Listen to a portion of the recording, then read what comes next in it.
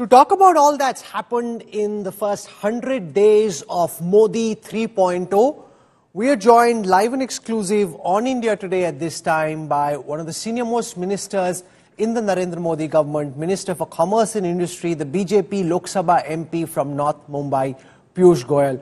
Piyush ji, welcome, and it's great to have you with us, and congratulations as your government celebrates its first 100 days in office for the third time. You know, I want to start by asking you, Piyush ji, ironically, what seems to have been the story of the past 100 days in the public eye. Here you have a government wanting to mark its first 100 days. You had a big 100-day agenda. You're wanting to take to the voters what you've been able to do in these 100 days. And at the same time, the opposition wanting to set the agenda. Delhi Chief Minister Arvind Kejriwal announcing he'll resign, go back to being an Aam Aadmi. So unlike the last 10 years where it was one-way traffic with the government setting the agenda, the 100-day anniversary captures this unique phenomena where the government is trying to set the agenda and is being pushed back by a far more aggressive opposition than in the past.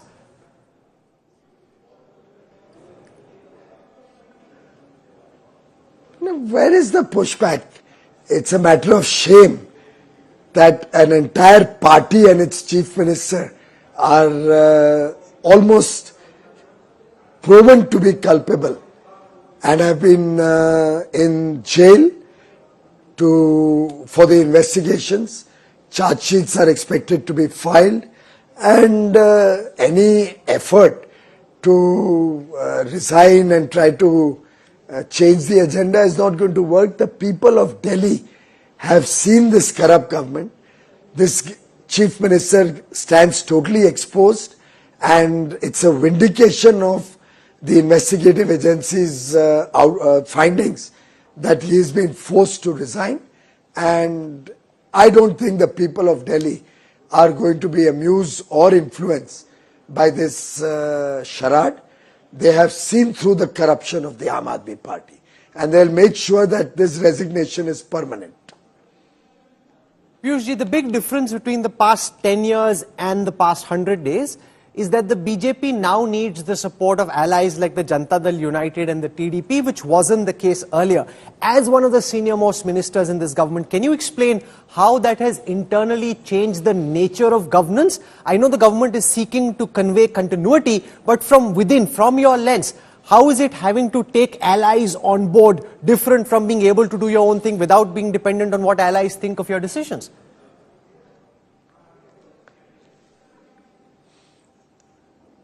Rahul, you are missing the Honorable Prime Minister's continuous effort over 10 years to work along with his friends.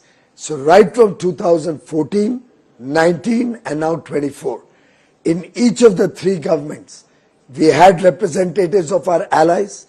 Even in 14 and 19, when we on our own had an absolute majority, the BJP, we respected our alliance, the National Democratic Alliance.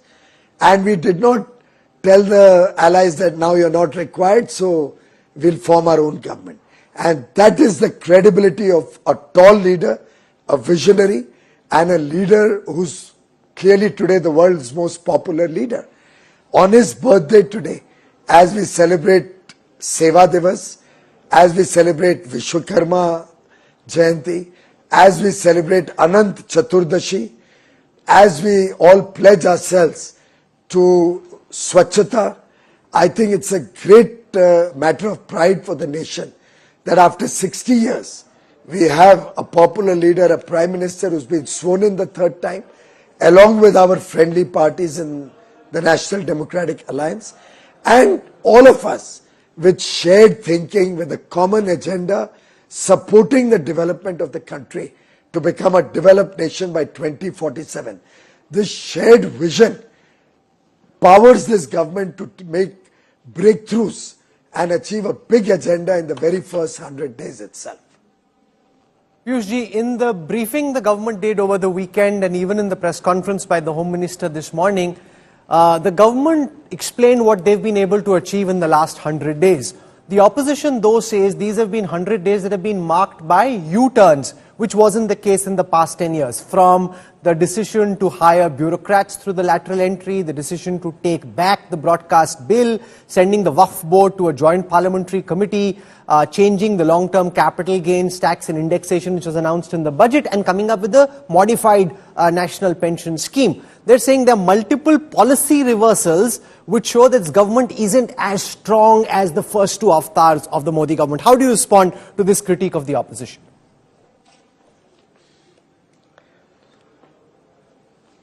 Rahul, I think you have been observing our government's efforts and work and Mr. Prime Minister's own thinking for the last many years, whether it was in Gujarat, whether it's in Delhi at the central government. You know, he's the longest serving popular leader elected by the people when you combine his work as a chief minister and the prime minister. But one thing which he has consistently followed and which is a distinct trait of a good leader is that he's a listening leader. He's a leader who's responsive to the need of the times and the needs of the people. He has never shied away from being willing to change track, but always has remained on the course to do what is best for the country. So I don't think there's been any U-turn. If at all we allowed both options, the indexation in long-term capital gains and the new simplified version of capital gains, it's only a reflection of a listening government who felt that nobody should be disadvantaged because of our actions. The 45 people who were sought to be recruited through lateral entry, the policy needed a little tweaking. In fact, when we introduced lateral entry, it was declared by the Home Ministry that it will respect all the necessary government procurement principles. And therefore, we found that this needs to be corrected and probably brought in another form. So I don't see any rollback. These are small issues where we have demonstrated to the people of India that this government and this leader cares for his people, listens to them, and is always willing to have changes along the way. Piyush ji, can you explain what you think are the big ideas of Modi 3.0? You know, we saw last time Article 370 being brought in. What are the big ideas that you think you've been able to implement in the last 100 days, which you have in your agenda plan for the next 4+ years? The big ideas that you think will define Modi 3.0?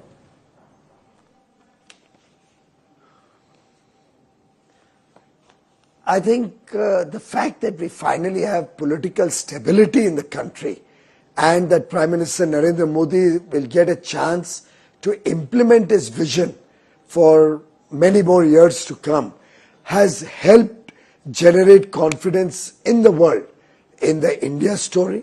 They can now see India working hard at thrice the speed, 3 times more effort to get 3 times more outcomes and take India to become a developed nation by 2047. And the fact that the milestones along the way are well defined, are planned, every single element of a person's life, whether it's ease of living, whether it's ensuring a home for everybody. We've already given 4 crore poor a free home, another 3 crore homes expected in the next 5 years. The fact that today nobody in the country sleeps hungry and India is fast becoming a 100% self-reliant economy on food grains and foodstuffs. The fact that we are one of the world leaders on sustainability and moving towards net zero, moving towards clean air and pollution-free environment very rapidly. The fact that the country cares for the youth, supports startups, supports skill development, and wants to make every young man and woman stand on his own legs, either as an entrepreneur, getting a good job in government, in industry, in the services sector, which is growing very fast, get a stable currency, and we see the Indian rupee not only stable but in a way showing strength when the whole emerging markets are in distress. We see an economy where international trade is fast growing, more and more people are getting jobs in infrastructure creation, programs to encourage electric vehicle mobility, to encourage adoption of electric vehicles, to encourage solar power, taking our renewable energy from 200 gigawatt to 500 gigawatt by 2030. You see a plethora of actions, hundreds and hundreds of decisions taken in less than 100 days. Every cabinet meeting making game-changing rapid strides towards our dream to make India a developed nation, with an intermediate milestone that in this term, India will become the world's third largest economy, crossing $5 trillion and rapidly growing thereafter towards a $30 trillion plus economy. Piyush, you come from the state of Maharashtra, which is due for elections in a few weeks from now. There are elections in Haryana, there are elections in Jharkhand. Do you accept that these three states and the verdict that voters throw up in the state assembly elections becomes key to determining the political future of the government? If you're able to win many of these states, it will be sab changa si, Modi ji is back to normal and the BJP is back to being ascendant. If, however, there are poll reversals, could that undermine the pace of reforms going forward?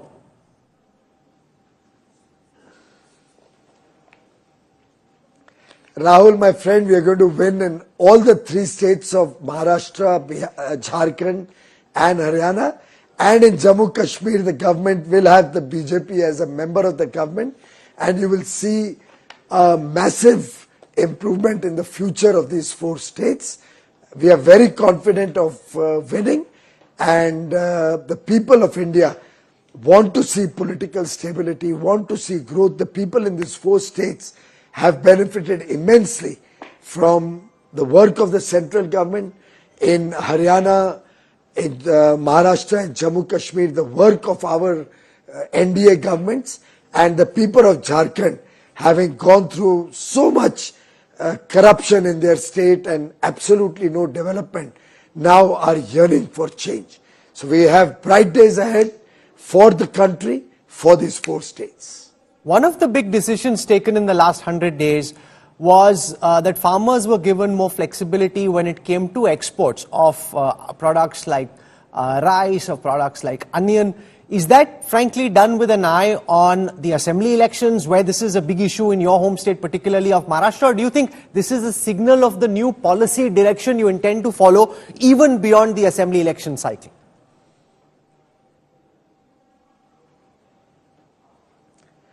Rahul, ever since 2014, and I have personally been a part of meetings where the Honorable Prime Minister repeatedly tells us that any decision my government will take, the Honorable Prime Minister's government will take, will always be based on what is good for the country, national interest, the people's good.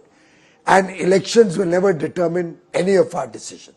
I have once told you also that I had once upon a time a very important decision which my ministry could have taken in an earlier department I ran, which would have helped a particular state in their local election. I went to the Honorable Prime Minister seeking his guidance and permission to announce it. And I said it will help the state government very significantly. Everything is ready. And he said, I don't want you to take decisions just because there's an election in mind. And he didn't allow me to announce it. Everything was ready. He allowed me to announce it after the state elections are over. He doesn't believe that government works election to election. He believes that government works in the long term for the good of the nation.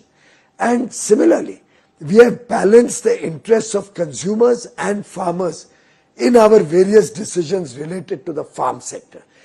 Because inflation has been brought under control due to the strong measures both of the government and Reserve Bank of India, both monetary fiscal policy working in tandem, we are back to sub 4% inflation rates now for 2 months in a row. That is what has helped us in bringing back import duties on palm oil, so we can encourage farmers to grow more soybean and oil seeds and become self-sufficient in oil seeds, balancing the interests of low inflation for consumers and the farmers' interests. Similarly, we have a good onion crop expected this year. The Kharif season is just coming in from a few days from now, and Kharif crop cannot be stored. It cannot be kept for long periods of time. Keeping their interests in mind, we have both built up a buffer stock so that consumers can keep getting onion at affordable prices and give the farmers an opportunity to export their kharif crop so that they get very high prices for their onions. Similarly, we've had a bumper crop in rice. Therefore, we have taken the strong decision to remove the minimum export price on basmati rice, and we are reviewing other elements of export controls to make sure that farmers and consumers both will benefit from government policy. It has nothing to do with elections. These are long-term policies.